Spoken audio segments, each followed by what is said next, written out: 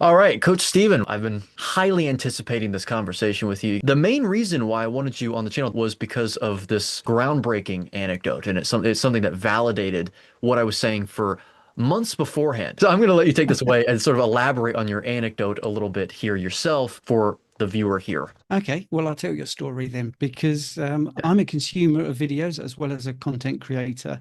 And I watch what I would possibly put in inverted commas the other side. All right, because I think I'm open. If I want to learn something, I'll learn something. Okay, and so I listen to everybody. I don't pick and choose. It is quite hard work sometimes to listen to everybody. And there's this very shy, unassuming gentleman called Cole Robinson. Hmm. He's a bit difficult to hear, and he was calling out Ken Berry, calling him dad bod or something, and Sean Baker, and saying, Sean Baker, you're on a high sugar diet. You've never been in ketosis in your life. And he was saying that 80 to 90 milligrams per deciliter was a sugar diet. You're living on sugar. All right. And I was really triggered, I suppose, for want of a better word, because he was talking out of some other place other than his mouth. So I thought, well, I'll tell you what I do. I'm very lucky. I have a keto mojo. I have a lot of strips left over, and it's all well and good having a CGM, but that doesn't tell you about ketones. And of course, we still haven't got a continual insulin monitor, which would be fantastic, or some sort of capillary testing for insulin.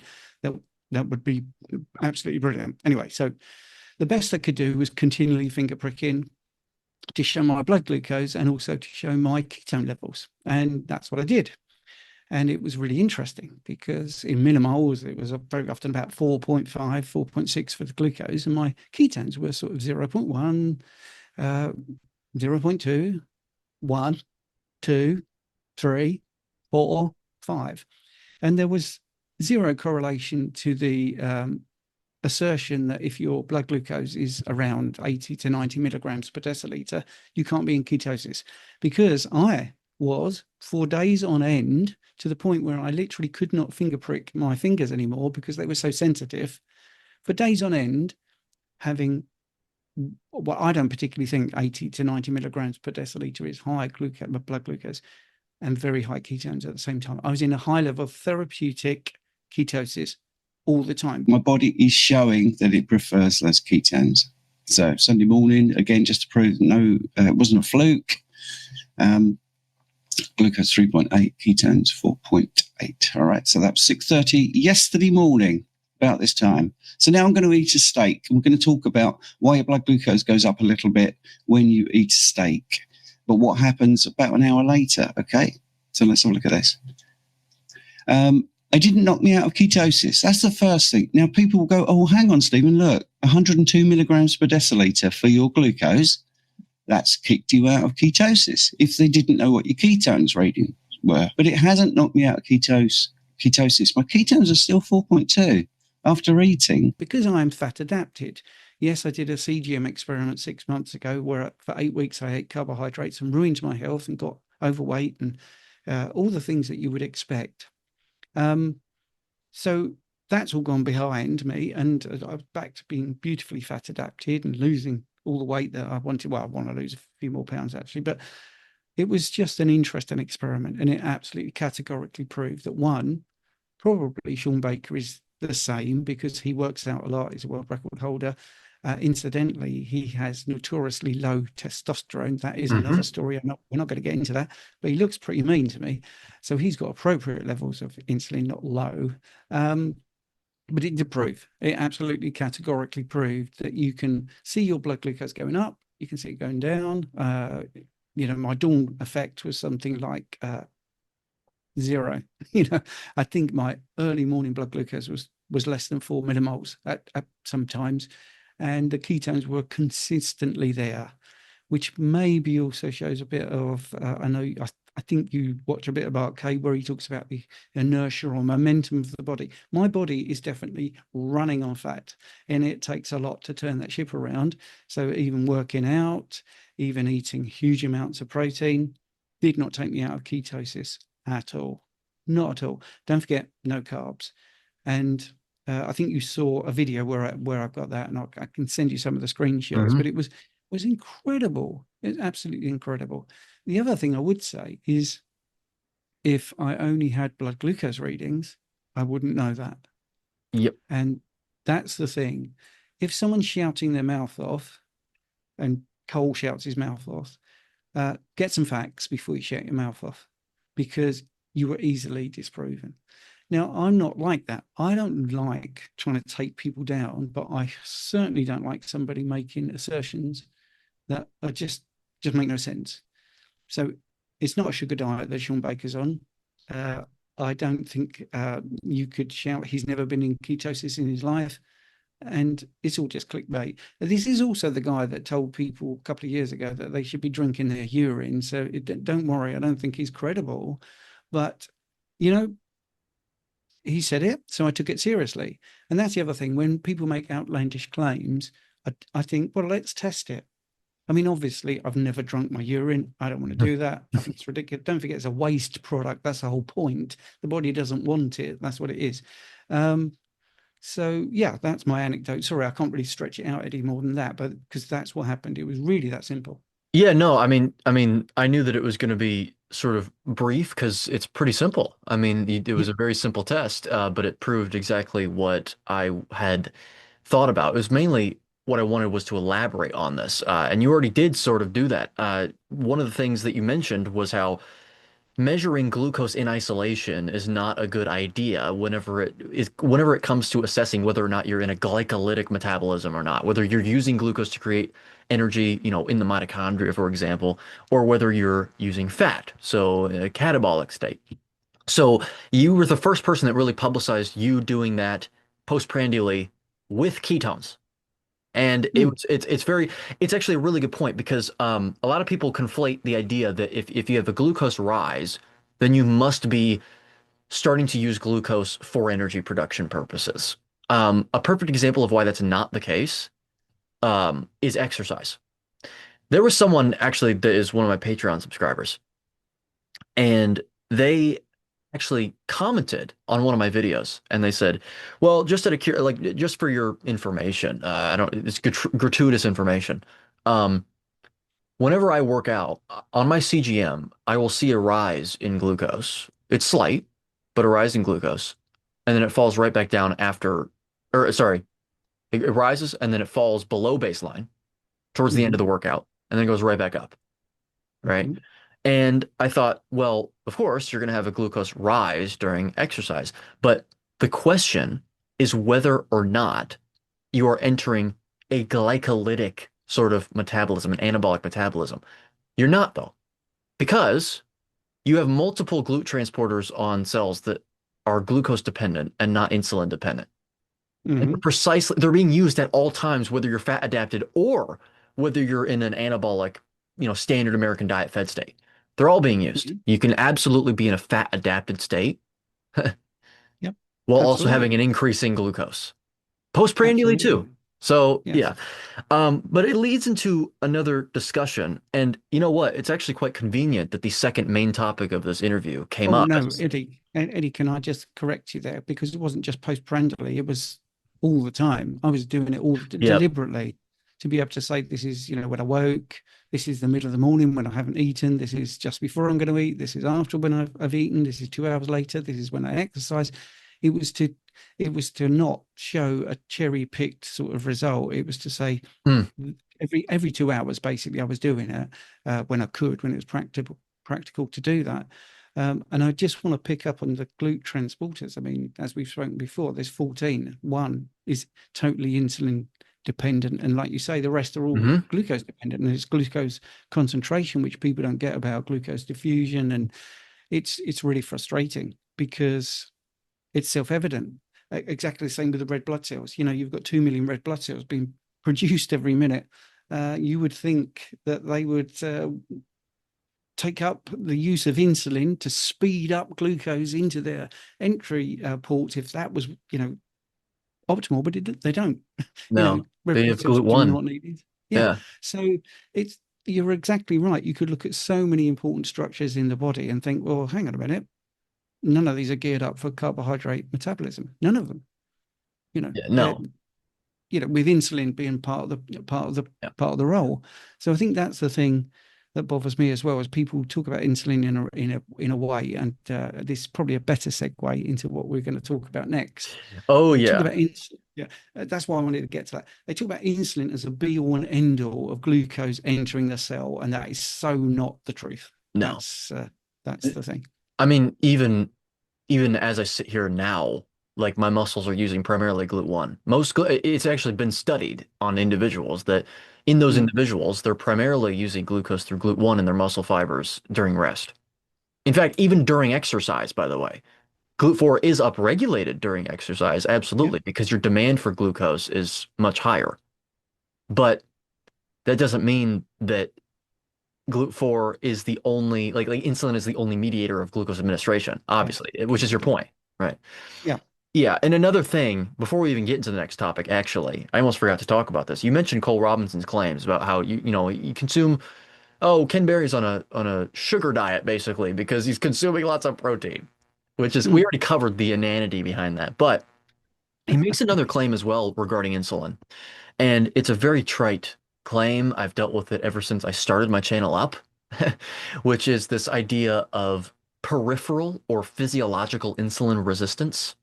You may have heard that before, where there's these sort of two forms of insulin resistance. You've got the pathological kind, which happens in obese people where the sugar can't get into cells despite insulin's overbearing concentration.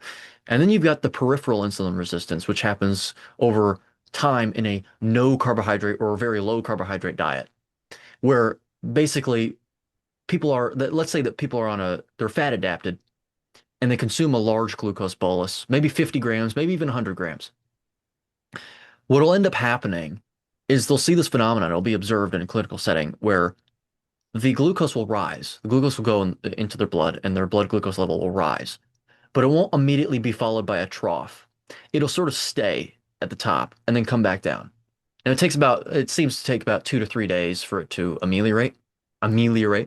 The problem, though, with that idea is believing that you are insulin resistant which is a problem. Let me put it in a different way. Your tolerance for glucose, if you're on a no carbohydrate diet, may absolutely decrease because you're not consuming carbohydrates. This is the fallacy. Cole Robinson has said, well, they're not fixing the root problem of diabetes when they cut out carbs because they'll still fail a glucose tolerance test.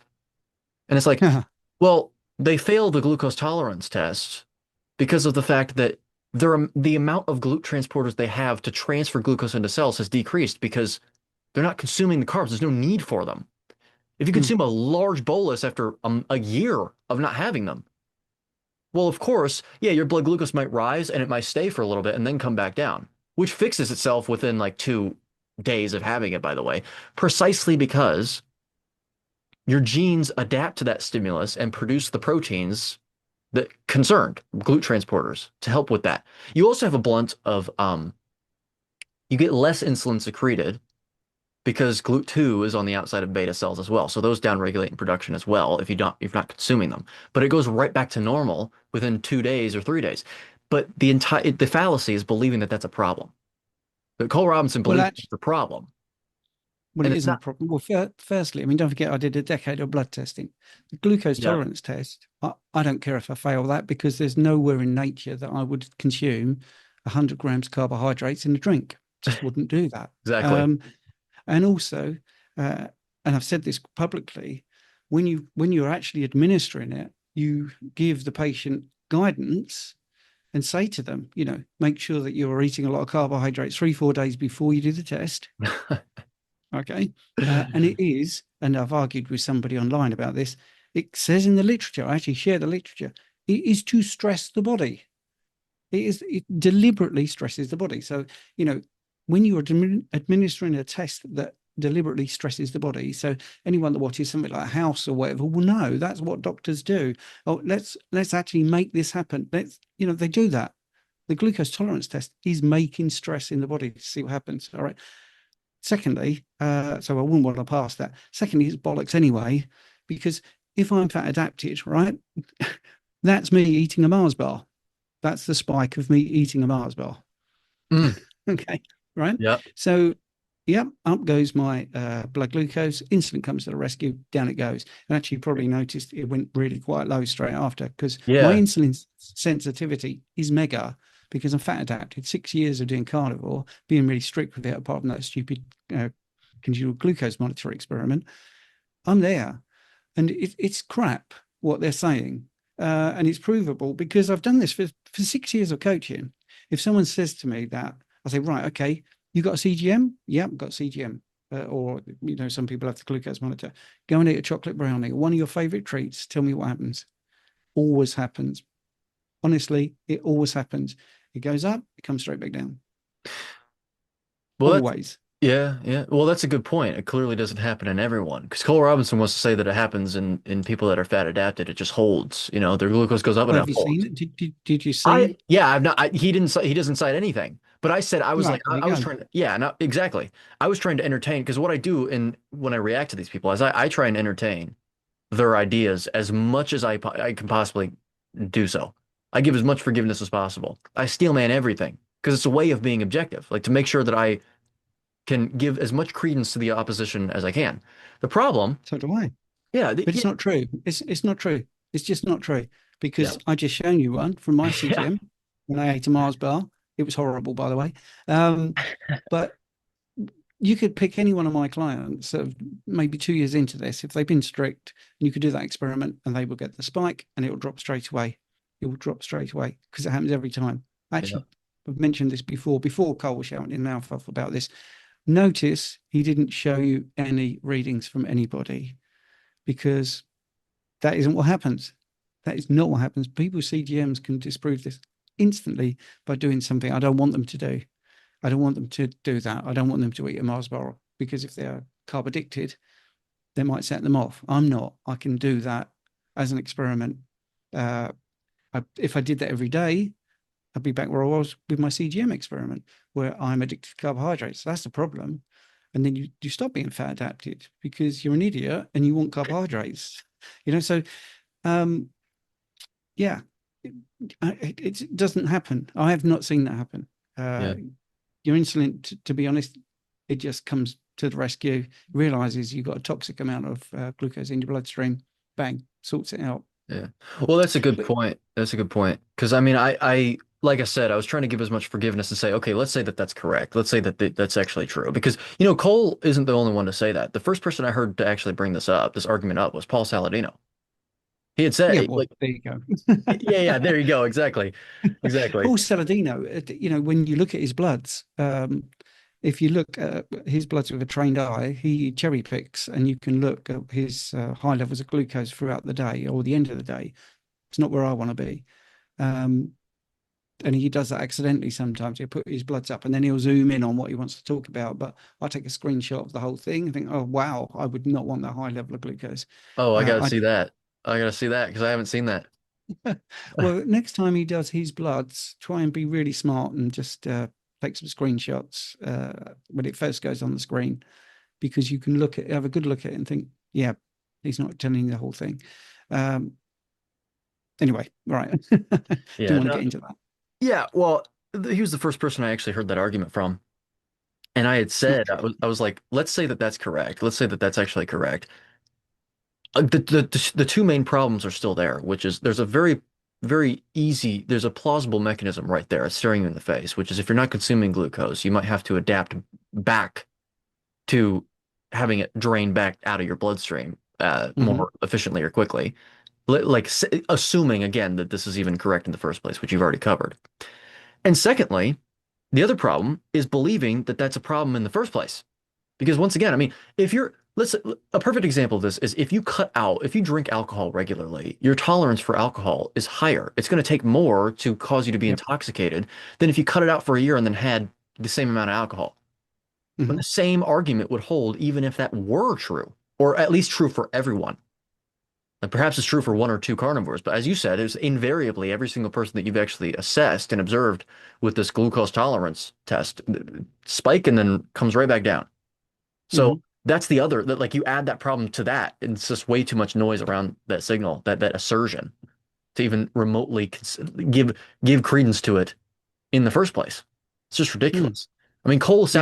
Cole sounds like a parrot whenever I hear him talk because the arguments are so they're very superficial and they're so common. I'm like, where'd you hear that from? Because you did not think of that yourself. I No. can't believe that he would think of that himself. I genuinely, maybe he did, but I really don't. Like, he just sounds like he's parroting a bunch of influencers that he heard, you know, on Instagram or something like that. Because Mhm. that's where I hear them the most too. But anyway, um, this leads very, very conveniently into the next topic of conversation. And I now feel prepared to talk about it, considering I just got done reviewing the content. Rob Saiwez's recent claims regarding a carnivore diet approach, long term at least. He spends a lot of time talking about insulin and how you require carbohydrates for insulin. Since you are the guest on the channel, you want to give your thoughts about this first, and then I can go into what I thought about it because I just got done reacting to that video. Yeah. Well, the man doesn't know what he's talking about. I mean, one of the things is the whole video is him looking at a piece of paper he's printed out from ChatGPT. It doesn't look at the camera, it doesn't look in the eye, and actually talk about what he knows. It's what he's read, and he's not making up. He's not making any sense. He's just making it all up. Firstly, I mean, I've got a history of being fed up with his videos because he doesn't believe that the HbA1c is anyway attached to the life of the red blood cells. He doesn't believe that at all, even though that's proven. Yeah. Again, going back to firstly, clinical experience, people that I deal with, don't forget, I'm a specialist practitioner in diabetes and obesity. I've had over 1,000 clients, many of them diabetic, obviously, because of what I do. And what was happening about 6-7 years ago, people were getting their CGMs and getting their average reading, and it was great. You know, they were doing low carb, they're doing keto, or they're doing carnivore, and it was fantastic. And they were doing their finger pricking, capillary testing, and it was great. The average was great. And then they get the HbA1c, and it wouldn't be. And they say, this makes no sense. And it doesn't make any sense. So, you know, if you've got a couple of brain cells, you can go, right, there's something afoot here. This isn't correct. Now, because I trained in phlebotomy and I can remember my training, there was a moment where they said, oh, the HbA1c, you have to be careful. If someone has hemolytic anemia, which is a disease where your red blood cells live maybe 60 days instead of 120, they're going to have an artificially low HbA1c. And you cannot tell them they're not diabetic. You have to do daily blood glucose readings. You have to do fasted insulin. You have to do fasted glucose. You have to do C-peptide because it's an unreliable marker. Okay, so you did the sort of hand gesture there. Really obvious. That's what's going to happen. But also, it's not rocket science. What would give you an artificially high HbA1c? Well, your red blood cells living longer. Strangely enough, 22 years ago, this was realized about the the red blood cell life. Now there's even talk of doing the HbA1c, adjusted HbA1c. This is what labs are actually talking about. So Mr. Cyrus needs to get his head out of his bottom end and actually start looking at some facts.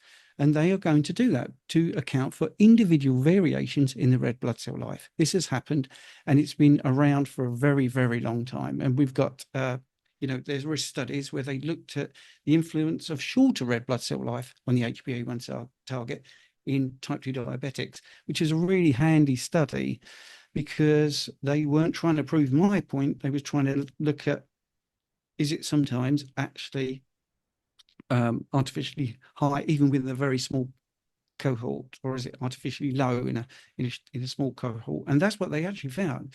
That they did the mainstream reading, and then they did the actual HbA1c proper analysis with factoring in the red blood cell life, and it didn't match. And it was either much lower or much higher. It depended on the red blood cell life. So I did a Substack about this. This is all proven with real people, real readings. So the point being, he's got a track record. He just doesn't believe it at all. You can also prove the red blood cell life with the reticulocyte count. Mm-hmm. There's so many ways of testing it, right? So when this video came out, I'll be honest with you, I didn't realize it was ChatGPT at first. And I was thinking, wow, this is evidence. Maybe I'm misremembering what I know about GLP-1. Maybe I'm misremembering, because he's plucked this 20% of your insulin comes from protein. This is a big problem if the body really is having that lack. And because he's got his animal hat on, I'm thinking, well, he's looking at carnivores. He reckons he's looking at carnivores. Well, that isn't true. The 20% thing, the weird thing is, and as you know, because I've seen some of your videos, you can immediately punch that into ChatGPT and say, is it true that 20% of insulin needs are met by protein? And immediately it's like, well, depends on context. Yup. Yeah, exactly. So, of course, if you're on the standard American diet where all the normative ranges are from, where you're eating 45 to 65% carbohydrates, we know that carbohydrates elicits a very big insulin response. In that context, yeah, about 20% of your insulin needs probably in relation to protein, which we know. All right. But if you have no carbohydrates, 100% of your insulin needs are coming from protein, a little bit from fat, actually. So it's context driven. So that, firstly, that's a falsehood. It's misinformation. It's really that simple. Secondly, he doesn't seem to realize that even gluconeogenesis does actually elicit an insulin response. He doesn't seem to realize that that is the case. And as we said earlier, we alluded to it earlier, talking about GLUT1, GLUT3. They are not insulin dependent at all. So we are getting glucose into the cells. And he's going, oh, you're never going to get the glucose into your cells, guys. Well, it's idiotic. I'm sorry. And I got told off. He's got a PhD. He's not an idiot. Yeah, well, he's doing idiotic things. Maybe he's not an idiot, but to claim that is completely wrong. Then he was talking about GLP-1. Now, the incretin hormones is something I've been talking about for maybe 10 years. Because there was a great experiment many, many years ago where they were trying to prove that the small intestine had these great things on the brush border that reacted to carbohydrates and elicited an insulin response. So that's all true. That's absolutely true. You've got they infused people with glucose, and they looked at the insulin response from infusing it directly into the blood, and then they took the same level of glucose, made them ingest it, and the incretin hormones elicited a 10 times insulin response. So great. That's really good. Yeah, it's really interesting. So I can understand why he might be misled. The thing is, he's saying that only comes from carbohydrates. That's not the truth. GLP-1, GIP, PYY, everything that carbohydrates do, protein does as well. In fact, there's some things that he's not even factored in. Now, I've not talked about this to anyone, so I've saved this for the interview, which he doesn't seem to understand at all. The bulk of protein will actually make the stretch receptors in your stomach expand more than carbohydrates. So the feeling of fullness is actually a big benefit in protein, obviously with fats as well. So he's actually flat out lying, saying that the GLP-1 will not trigger insulin, because it does. And that is absolutely 100% known. He also scaremongered people with the pancreatic atrophy, saying that, if that doesn't happen, then the pancreas is going to give up. There is no evidence of that at all. And we know that from people that are doing this way of eating. I know we've got a 67-year carnivore, rancher in America. We've got Rodriguez, who's done it like 40 years. I've done it 6 years. Sean Baker, 6 years. Many, many people in this space have done it like 10, 15 years. No problems whatsoever. So he's not looking at clinical experience. He's not looking at actual physiology. And he's talking about insulin suppression, this pet theory of his, which is based on the normative ranges. And when something's out of range, it's a problem. Well, it isn't, because we need ranges that are in the context of this way of eating. I know you want to jump in, Eddie, and I'm really sorry, but I just want to carry on to the end of the point here. And that's where he goes wrong. So if you look at, the T3, for instance, it doesn't tank. It's appropriate. We don't need T3 because we've not got glucose metabolism. We don't have T3 moving pyruvate across the mitochondrial membrane. So we don't need so much T3. That's it. We don't need so much insulin. And we certainly are quite happy with 13 of our GLUT transporters using glucose concentration.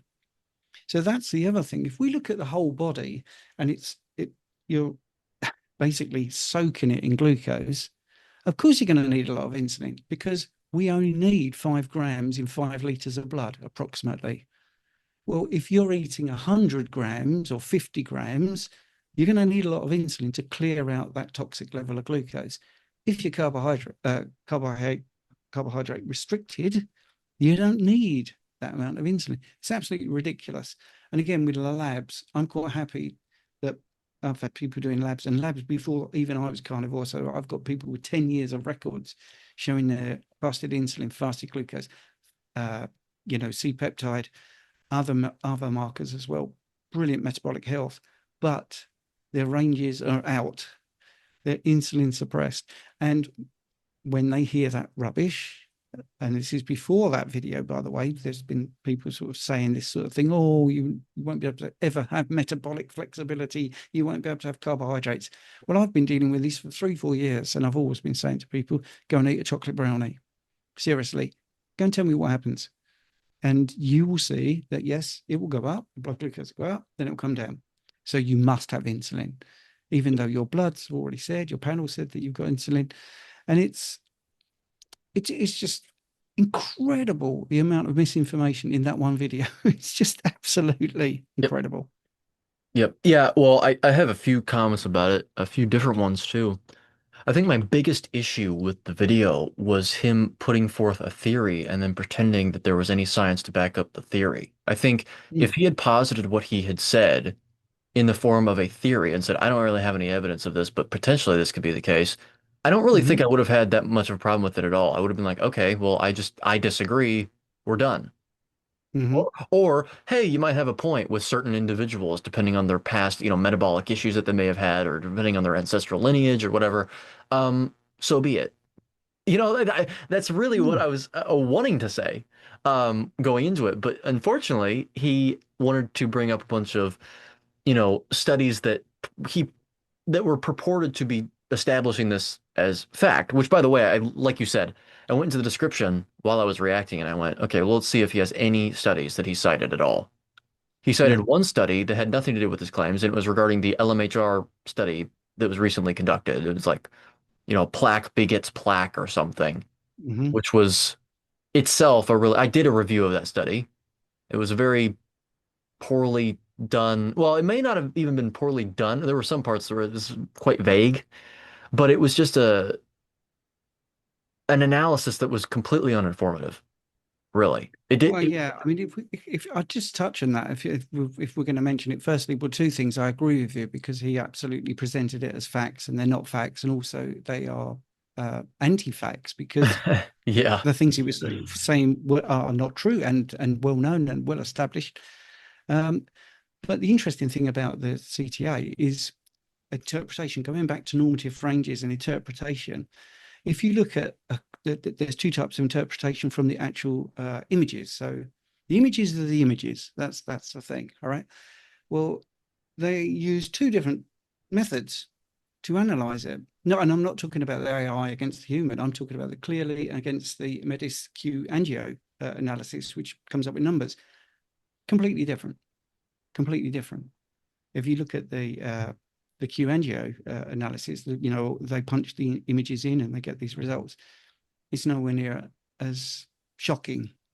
So that shows, and Dave Feldman said this at the PHC, the scans are the scans are the scans, as he actually used that phrase. How you interpret it, and he's shown recently with a different interpretation, different logarithm, however you want to view it, those results from the same scans can look very different. So what you've got there is a study that did what it sort of wanted to do, was to get people interested in talking and staying curious, as Nick says. And I think it was handled very badly. The PR was very bad. And I think that's the other thing. I don't even think Rob Cywis knows what I just said. I don't think he knows that.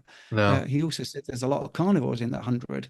Is there a lot of carnivores in that 100? Where's that from? Right, exactly. Because in the study, they never specified what they meant by ketogenic diet. They actually never said that. They said ketogenic diet induced high LDL. There's a problem right there. straight Induce, away. you have no Yes. idea whether it induced it actually. You have no Yep. idea. No. Also define high according to whom on Hmm. the basis of what.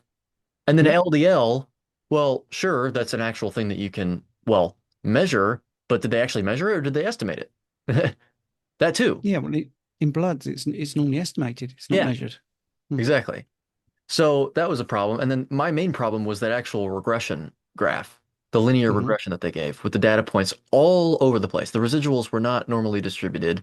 It was not informative. There's clustering all over the place, and it completely inflated the R value. Like it completely inflated how strong the association was. Hmm. You have most of your data points in the bottom left corner, and then you have a certain few, like 15 or maybe even less than that, all the way up here.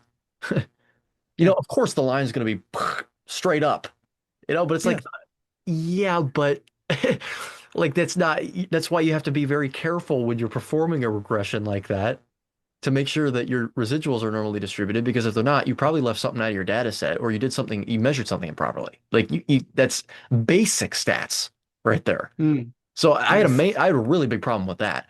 Of course, the fact that it also went on for only a year when you know that plaque progression, I mean, like heart disease takes decades to develop. Hmm. N of 100. I know that a lot of times the limitations themselves are not proof of irresponsible conduct, but the limitations are limitations nevertheless. It's N of Mm. 100 and for Absolutely. 1 year. And now you just Mm. brought up another one I wasn't even aware of. The All right. measuring techniques. So that was yeah. Or But interpretation, or not rather than measure. interpretation, right? Yeah. Yeah. Of the images. Yeah. Yeah. I find it interesting that you said you kind of you wrote off Rob Siwez whenever you heard about his takes on the HbA1c. I Hmm. didn't know that he actually didn't believe it. I haven't watched too much of Rob Siwez at all, because I was turned off very quickly, almost immediately, whenever he did his video a few years ago, I think, about the Randall cycle. You may have seen that.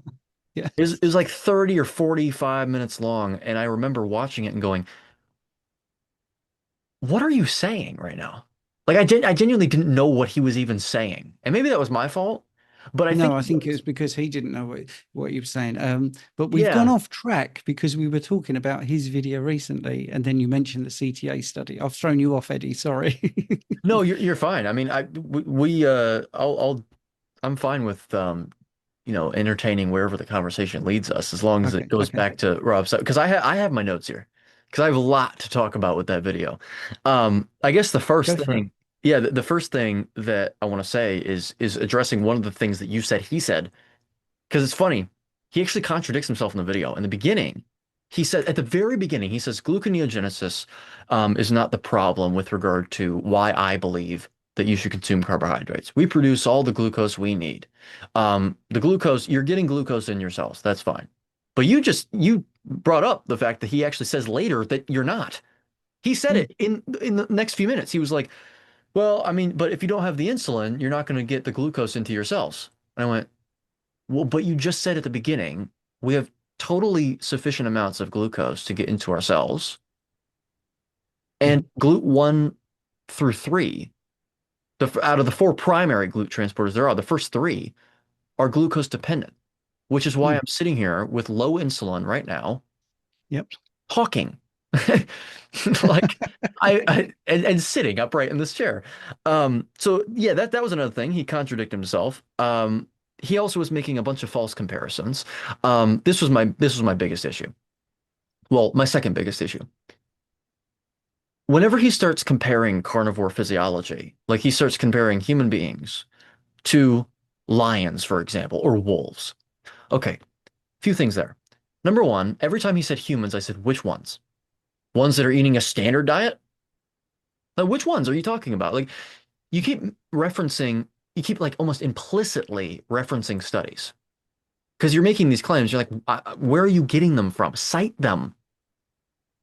And don't just cite them, like also read through them before you cite them to even know if you're like critically Yes. analyze these studies. But none were cited. So I said, okay, well, that's a glaring hole here. You're not citing anything. But I said, let's just, for the sake of the argument, let's entertain it. Let's say that you're right. Which humans? Okay. Which humans? People that are on a standard diet? Okay, let's say they're not. Let's say they're all fat adapted carnivores.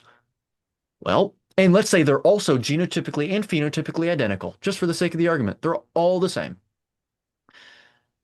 And you compare them to a bunch of wolves that are also phenotypically and genotypically identical. Well, you're saying that their physiology when it comes to insulin and glucagon secretion is different. Yeah, but that doesn't mean that we should be consuming carbohydrates. All carnivore physiology is different because all carnivores are different. You're acting as if all carnivores, in order for them to be considered carnivores, have to have identical physiology to all other carnivores, when even the other carnivores don't have identical physiology. So Absolutely. you're not providing enough evidence that we should be consuming carbohydrates for a sufficient insulin response. Like that was the false comparison thing. That was the biggest issue because there's so much noise. I mean, if you're gonna infer things about it, this brings up an even more philosophical conversation about the entire area of science of inferential statistics. The idea that you can infer things about an entire population based on a sample. Depending on what you're studying, you can do that via mathematical theories and proofs. But when you're studying cases that aren't identical, you can't do that. For example, if you do a social science study where you perform a poll, like a political poll, on one city in the United States, can you extrapolate those findings to an entire state? Well, every single person is different. So usually what they'll do is they'll sort of sample from all across the United States. But the same problem arises. Every single person is different and believes different things. So what they do is they take a sample, they derive a result, and then they try and extrapolate that result to the entirety of the country or the state or the town. When you do this in human nutrition, and this is the problem with human nutrition. This is why they say that you need to have repeatability of your studies. Mm. You perform a study on a sample. You can try in the results to be like, oh, well, this means that in this population, they'll give a standard error. They'll give your mean and then plus or minus a standard error, which is like the error band around the mean. If you try and infer it for the population, you can do that. But at the end of the day, it's still the standard to try and get their study repeated on different populations that are also randomly drawn. Well, it turns out that, 10,000 papers from the human nutrition space, I think what was it in 2023 or 2024, were completely removed from the public. They were taken down because they weren't able to be repeated. Or there was evidence of p hacking and all that other Mhm. stuff. And so it brings up another conversation because Rob is doing that here, where he's saying, well, these humans, they seem to have, a lower insulin response to protein than other carnivores that actually he kept drawing this distinction of human beings have a less insulinogenic secretion in response to protein than carnivores do. And I went, you mean like humans because we're carnivores? Even with your own conclusion, you should have 30 grams of carbs or something. Yeah, well, that's still, whether or not you should be doing that, that still constitutes a carnivore diet. Mm. So his title was just completely ridiculous. It's Yes. just why humans are not carnivores. Well, in Yes. the video, he says that we're actually facultative carnivores. He actually says it in there that we're facultative carnivores. So it's like according to your own logic, you're contradicting yourself. So that's impressive. Um, yeah, yeah. Again, yeah. The whole begging the question is whether all carnivores are the same. Yeah, they're not. Um, the inferential statistics problem, and then the phenotypic and genotypic differences. I don't think he ever, since he didn't cite any studies, I don't think he ever actually analyzed whether the studies being referenced by ChatGPT, because sometimes, to be fair, ChatGPT absolutely will just make things up out of thin air. If people have Yep. used it before, if you ask it like the meaning of like, oh, where does this song lyric come from? They'll be like, it came from this like this song on this album. The album doesn't exist, or like Yep. like it references something from a book that doesn't exist. However, sometimes it'll put citations after their claims. And that's where ChatGPT actually absolutely can be a great tool because it'll sift through a bunch of literature and it'll give you things relevant to your topic and then it'll give you the citation. Because then you can click on the citation and look at it yourself instead of having to Yes. search for it. Like it's a Hmm. tool, and so it can be used responsibly or irresponsibly.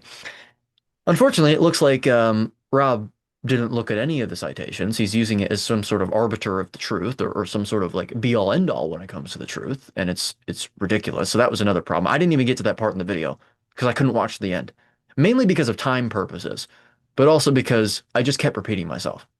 Um, the the idea that you can compare a bunch of human beings to lions and wolves that are actually so many differences. First of all, different genomes, also different diets. The lions and wolves are eating an appropriate diet for their physiology. The humans that you're looking at are also not. Since you didn't cite the studies, we don't know the sample sizes of the studies. We don't know the repeatability of the studies. There's so Yes. many issues. And just to top it off, as my final comment about this, if you go on ChatGPT and you say things like, well, does protein and fat stimulate GLP-1? Well, yes, it does. Certain amino acids more than others, according to the studies they cited, which again, that begs the question as to whether the studies they cited have any integrity, of course. Yes, I know. But the point is that if Rob wants to put in things like ChatGPT, put things into ChatGPT and say, oh, well, it spit out this and therefore it must be true, well, then I can do the same thing with the conclusion that's the exact opposite of your conclusion without looking at the integrity of the studies. Well, there you go. We're dealing with with claims of the same integrity because we haven't investigated any of them. So here you go. You spit out something completely antagonistic to what you just said, antithetical to what you just said. Um, and I actually still have it pulled up, in fact, which I think is hilarious. I saved it precisely because of this. GLP-1 release sources. So what cells release GLP-1 from where and in response to which foods? It's thought for, this is the high reasoning. This is the advanced reasoning model. Cells that Hmm. make and secrete GLP-1. Source of GLP-1. And then it gives all this, let's just go to the conclusion because we don't have time to go through the whole thing. I mean, it gives, look, glutamine, animal food sources richest in those amino acids that actually are the most conducive to releasing insulin, or sorry, that's just stimulating GLP-1. Glutamine, beef sirloin steak, um, 3,740 milligrams. Roast chicken drumsticks, 3,920 milligrams. Rapid enterocyte fuel sensed by SNAT/SLC transporters on L cells. Arginine, branched chain amino acids like leucine, valine, and then you've got these as well. Some of these I haven't even heard of before, but they're in animal-based products. And take home, high protein eating, greater than or equal to 30% of energy. It's referring to calories. We already know the problem with that. Can roughly double post-meal GLP-1 compared with low protein intake. Of course, according to the population studied, again, the limitations are still there. Quality counts, glutamine, arginine, and branched chain amino acids, especially when delivered as small peptides, are the amino acid moieties that drive Hmm. the strongest L cell response, and then practical picks: lean beef or chicken for glutamine, turkey for arginine, whey or fish/poultry for branched chain amino acids, and hydrolyzed dairy proteins or slow cooked meats for readily absorbed dipeptides. So even according to his own logic, it doesn't make any sense. There's of plenty ability to stimulate GLP-1 with a carnivore diet. Hmm. Do you need Absolutely. carbohydrates, or do you perhaps, if people are having problems, may need to eat more? People can undereat on carnivore. It's just way too Yep. much noise to be convicting about the claims. Put it forth as a theory. Fine, go ahead. But you cannot sit here and say, by the way, even if it is a theory, why are you generalizing that to the entirety of human beings? Every single person is different. He has a habit Yep. of doing the classic physician thing where it's like, well, if you look at blood tests and they're sort of out of range, even if you don't present with symptoms, you have a problem, which is dangerous. Yes. So I It don't know is if you, absolutely. yeah, I don't know if you have any more comments about that, like as I was talking, because those Well, those were but my there's main issues. loads. Yeah, I mean, Yeah. there's loads. I mean, yeah. So, for instance, I'll give you an example from a real person again who was told he had subclinical TSH. Subclinical. Luckily, we had 4 years of data, and I spoke to Amber O'Hearn about this, and she quite liked the way I treated it. Is because I got his results up, and I said, right, so you're really worried because every year they say, oh, a subclinical TSH is something wrong with your thyroid. Do you know what your thyroid is supposed to make? And he said, yeah, well, I obviously researched it, T4 and T3. It needs to make that. And I said, sorry, well, we've got your T4 and T3 readings, haven't we? So let's pretend you're the first person I've ever seen and you're the first person ever had bloods. Okay. And we're going to look at your subclinical TSH, which is low, low in inverted commas. And we're going to look at your T4 and T3. Now, looking at the ranges, I know we are now sort of mixing it up a bit because we're going to believe the ranges, but let's believe the ranges of T4 and T3. And according to this, you make perfect level T4 and you're right in the middle of the range for T3. So my assumption would be if these are the first bloods I've ever seen and your T3 is right in the range, right in the middle every single time over 4 years, that must be the perfect level of TSH. It must be, because if it was Yes. higher, you'd have too much, Yep. right? And he was like, I've never thought of it like that. And I said, well, I've been thinking about this for over a decade because there's lots of anomalies. Way back in 2020, for instance, we'll go into a different one, EGFR. Little e is estimated. GFR is your Yep. filtration rate of your kidney. Mhm. Now, you take a measurement, and then if the person is black or African, you add a factor, which is, I don't particularly like, by the way, race correction factor, because the assumption is that the Black American Africans are more muscular, and therefore we have to factor in that to get the right filtration rate. And I was saying, well, actually, there's more to it, because I've noticed there's a correlation between body size, which is being polite way, saying a surface area of the person, and your creatinine level. Obviously, that's related to protein metabolism. And I've been fighting for the cystatin C as a test, because human intervention and arbitrary numbers make it misleading.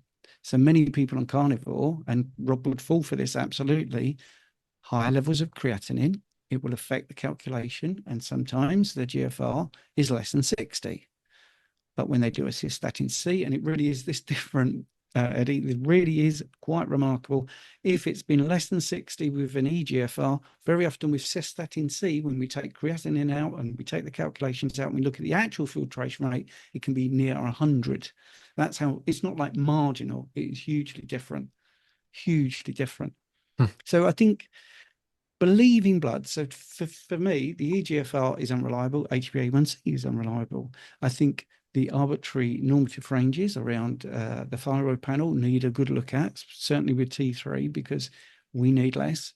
Vitamin C is another one. We spoke about this, I think, last time with the vitamin C ferroreductase breaking down non-heme iron to heme. We don't need as much. We need proper normative ranges.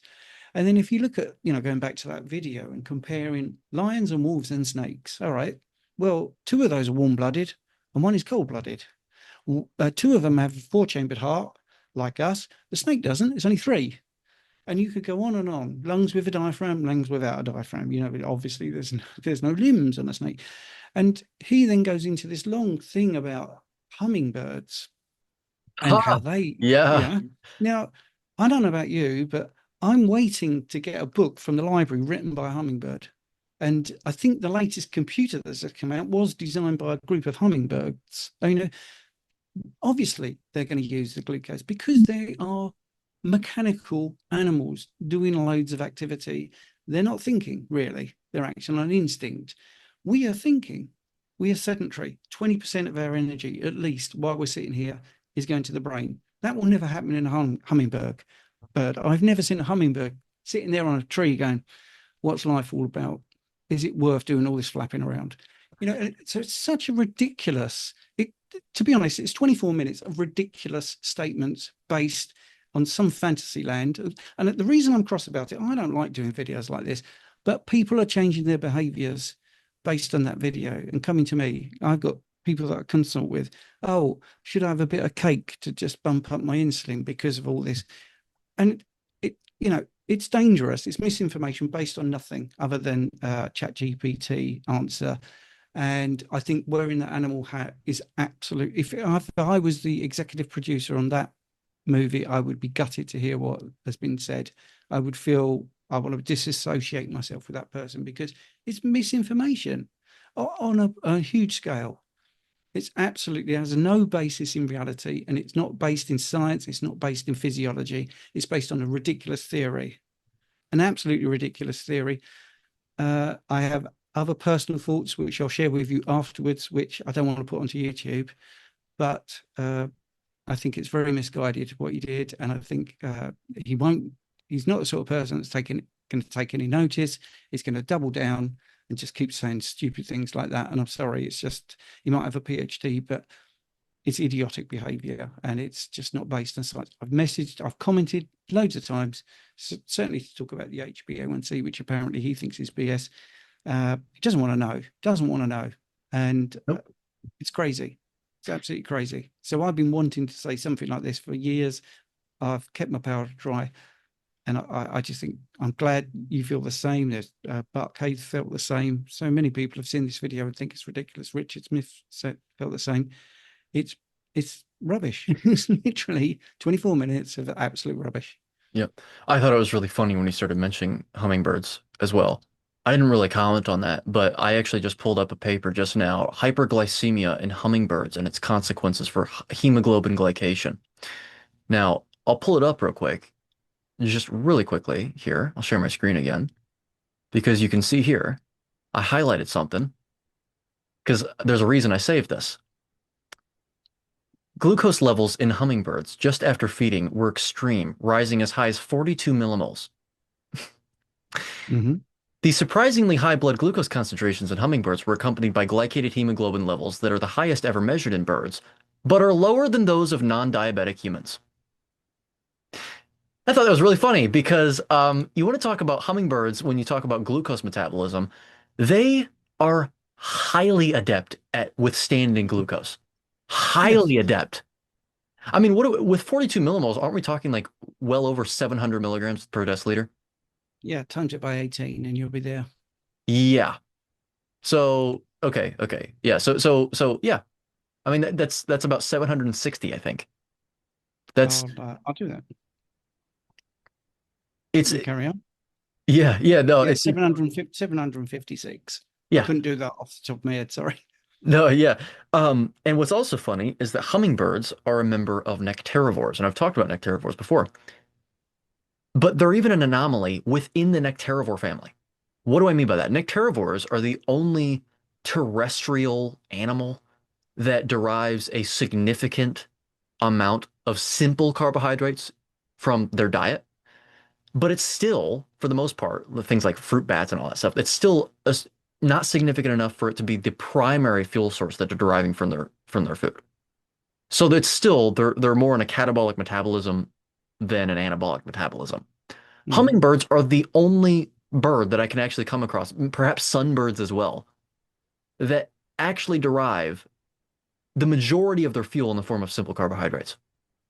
They're the only terrestrial animals. So you're going to bring up hummingbirds and compare them Mm. to humans, which also aren't, they're not even mammals in the first place, but it's a point that I've mentioned which is no terrestrial animal, if you think about it, no terrestrial animal, including herbivores, consume simple sugars. Really? Okay, like to a significant amount. Because there's certain ones that, of course, they eat fruit and there's some simple sugars in there. But if we're talking about fruit that hasn't been hybridized by human beings, we're talking about a relatively low amount of carbohydrate content, and we're also talking about it occurring seasonally. They're still primed, especially if you think of like cows and you think of any other primary, like horses. They're herbivores, sure, but they derive their energy from fat, from using fat. They're still in a catabolic metabolism. So human beings are potentially, from that logical string alone, slightly different because we were the only ones that, given our ability to reason, actually decided to cultivate plants 13,000 years ago and start consuming simple sugars. The problem with thinking, though, that 13,000 years is a sufficient amount of time for us to have some sort of indication level of carbohydrates, exogenous carbohydrates in the diet, is the fact that our efficiency for gluconeogenesis, our ability to recycle glucose and use it again and again and again and again, even according to Rob Ziwas in the beginning of his video, is extremely high still. If an animal is deriving a sufficient, like a significant amount of carbohydrates in their diet for most of their evolution, most of the recent amount of evolution, there would be a negative selection pressure on gluconeogenesis to decrease because glucose above a certain concentration in the bloodstream is harmful.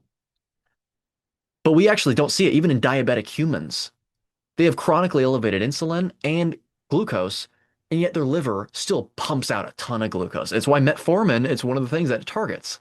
It targets the liver and the Mm. actual blood glucose to get it down. The liver, the gluconeogenic capacity of the liver, and then also the downregulation of the blood glucose itself through AMP kinase.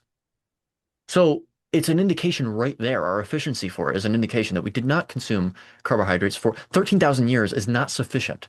Clearly was not No. sufficient for us to have some sort of level of indication for carbs in the diet, even to 20 grams, 30 grams. Okay, I'm not saying it would be super deleterious to do that, but if you're an addict, if you're a carbohydrate addict and you try and moderate even 20 grams of, let's say, like 20 grams of carbohydrates in honey, yeah, Mm, well, good luck not justifying 50 and then yeah. 100 and then saying, well, once in a while, not too bad. Once in a while, meaning every day. That's Yep. what happens. So, yeah, no, the hummingbird example was really, I think the only reason I didn't cover it was because I didn't know if he said hummingbird or just birds in general. Because there's some birds, like if he's referring to vultures or something, then it would be slightly different. But still, birds are not human beings. The false No. comparisons were all over the place. Yeah. So anyway, I think we've kind of run that into the ground. I haven't watched his video on the heart disease risk in carnivores yet. That'll be after this. I'll love to Mm, watch that one. Oh, why carnivores are at higher risk of heart disease? Have you watched that one? no. No? The thing is, and I often say this, and I said it at the beginning, I am a consumer, but there's only so much rubbish you can take. Yeah. And to be honest, his credibility has completely evaporated for me. I used to think he was quite good. I do think he's named wrong. I think he should be called the carb addicted doctor. I think because he's always trying to justify why he's overweight, and he's also trying to justify, eating carbohydrates. If it's all true what he's saying, well, why don't you prove that you can lose the weight, and then gain it back? You know, because to me, it's smoke and mirrors. I just feel that, and it's a bit like Paul Saladino. I mean, it's obvious he likes carbohydrates because Yep. what you just said about the honey, it went from a teaspoon of honey to 400, 500 grams, and he just spends his entire time justifying what he's doing. I have no problem with that if that's what they want to do, but just be a bit straighter about it. Just say, I really like carbohydrates. It works for me. I don't know anybody that I've got, any clients of mine that have got 4 hours a day to spend surfing and burn up glycogen, like no tomorrow. Um, so I just feel I won't be able to watch that. I mean, if you watch it and you tell me it's worth a watch, to do a Substack article about, I'll have a look. But I do find it very difficult. I mean, don't forget, I've been watching Cole Robinson, Mark Smelly Bell End, and all that. Oh, Wayne Norton, they're just, I just don't understand why they're like they are, because they are very contradictory. They don't like go through their studies properly. They cherry pick. They present things in a way that is completely biased, and present a lot of the studies completely inaccurately. So it's very difficult. But yeah, good luck with watching that. I hope you enjoy it. thanks for that. Yeah, so I mean, we've been going on for quite a while. Let's talk about the main takeaways here because we talked about really, in reality, it sounds like we talked about a lot more than we did. We elaborated on two topics though. And the first one was with regard to basically, I mean, it's reassuring my viewers here, and yours if you upload this to your channel as well, that long-term ketosis, this idea of long-term ketosis, how you have to kick yourself out or bump yourself out of ketosis because that's sort of being conflated with adequate insulin. It's actually not a problem. You can be in Mm, long-term ketosis for years and years as long as you have sufficient insulin after you eat. Those are not the same thing. They're not identical. Higher mhm, insulin is not necessarily indicative of kicking yourself out of ketosis. That was a yeah, because a lot of people I don't want to kick myself out of ketosis. It's like, well, first of all, you're not going to if you eat a lot of protein. Actually, it seems mm, ostensibly you're going to go into deeper ketosis. Depends on who you are to the degree that would happen, but more ketones means, well, deeper ketosis, at least theoretically. So there you go. well, Um, actually, in my case, I did the test. I yeah, showed you. right. Yeah, Yeah. exactly. Yeah. So long-term ketosis is not actually dangerous. We need to be able to separate between ketosis and higher versus lower insulin flux. Those are not Mm, the same thing, right? I think that was the biggest takeaway that I had from your anecdote, which was, oh, So protein doesn't kick you out of ketosis, but it stimulates insulin. So you can have both at the same time, ketosis and electrolyte maintenance, thyroid hormone production and function adequate, and sufficient. Yeah, actually, I just realized. I mean, this was Bart's big point about Paul Saladino. He wasn't having a big enough bolus of protein. Yeah, That's yeah, that exactly. was the fundamental thing, wasn't it? I've just realized. Yeah, that's where Yeah. we're going with. Yeah, Absolutely, or enough food in the first place. I mean, you can think of it that way too. exactly. Like, because fat is Yeah. also insulinogenic too. So, Can I drop something in as well? yep. People say, "Well, it's not happening for me." Well, you've got to be strict. You want to get properly fat adapted. You've got to dump things like coffee out, which is one of those things I've done, and it makes a difference. All these little bits. And I used to say this a lot, and I've stopped saying it because I just find people just don't believe it. But being 95% carnivore and then going 100% is not a 5% improvement. It is a country mile difference.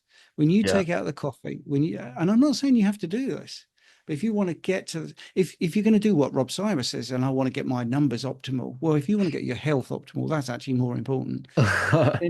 Then do the thing, do it strict and see what happens. But you've got to do it for like 90 days at least to get properly fat adapted, not be artificially stimulating yourself with caffeine or even with decaf. I mean, really be strict, and then you'll get the results that you want, and then you can make an informed choice. But well, I really like.